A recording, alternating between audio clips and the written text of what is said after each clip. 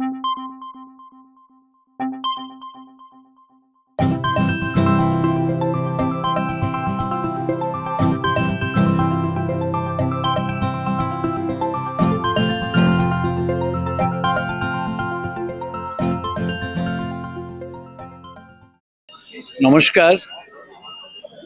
আমি ভারত সরকারের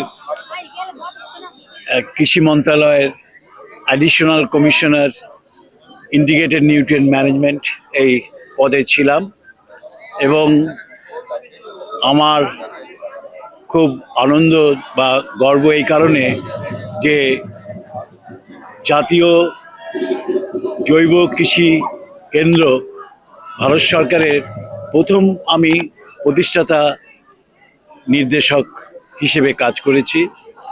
এছাড়া জৈব কৃষিতে এফও প্রজেক্টেরও আমি প্রজেক্ট কোঅর্ডিনেটর ছিলাম। তো আমার সরকারি কর্মজীবনের পর আমি অ্যামিটি ইউনিভার্সিটিতে গবেষণা এবং অধ্যাপনায় ব্যস্ত ছিলাম জৈব কৃষি নিয়ে। তো এই আমার অতীত অভিজ্ঞতাকে মান্যতা দেওয়ার জন্য ফিয়াম আমাকে এখানে ডেকে নিয়ে এসেছিল। আমি সকলের সঙ্গে আমার বক্তব্য রেখেছি আজকে সকালে। আমার খুব ভালো লাগছে যে ফিয়াম আমার এই ৭৭ বছর হয়ে গিয়েছে, তাতেও আমাকে মান্যতা দিয়ে ডেকে নিয়ে এসেছে, এটাই বড় ব্যাপার। এবং আমি এই কথাটাই বলছি যে আমাদের উদ্দেশ্যটা ছিল কি, আমাদের উদ্দেশ্যটা হচ্ছে জৈব কৃষি। সেটা হচ্ছে যে সকালে উঠিয়া আমি মনে মনে বলে সারাদিন আমি যেন ভালো চাষ করি, আর আমাদের আর একটা উদ্দেশ্য হচ্ছে আমার সন্তান যেন থাকে দুধে ভাতে। তো এই দুটো মহৎ উদ্দেশ্য নিয়েই আমরা জৈব কৃষিকে এগিয়ে নিয়ে যাবার চেষ্টা করছি। আমরা এই ধীরে ধীরে রাসায়নিক সার বা রাসায়নিক কীটনাশক পদার্থের খপ্পরে পড়ে যাচ্ছে।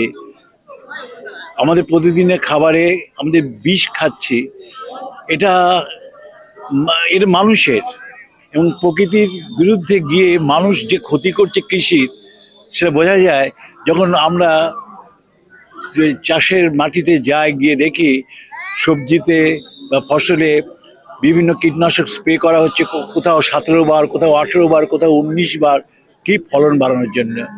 জমি থেকে বহু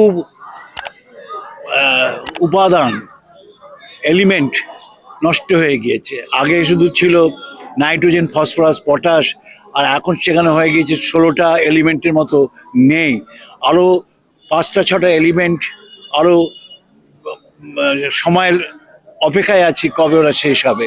তো এই সমস্ত কারণে প্রকৃতিকে বাঁচিয়ে রাখাটাই হচ্ছে দরকার। ইন নেচার উইথ হারমোনি, ফিরে চল মাটির টানে। সেই জন্য জৈব কৃষি আন্দোলনকে বাঁচিয়ে রাখতে হবে। জৈব কৃষির জন্য দেশজ বীজ চাই, দেশজ বীজের সংরক্ষণ করতে হবে, এটাই হচ্ছে আমাদের মূল উদ্দেশ্য।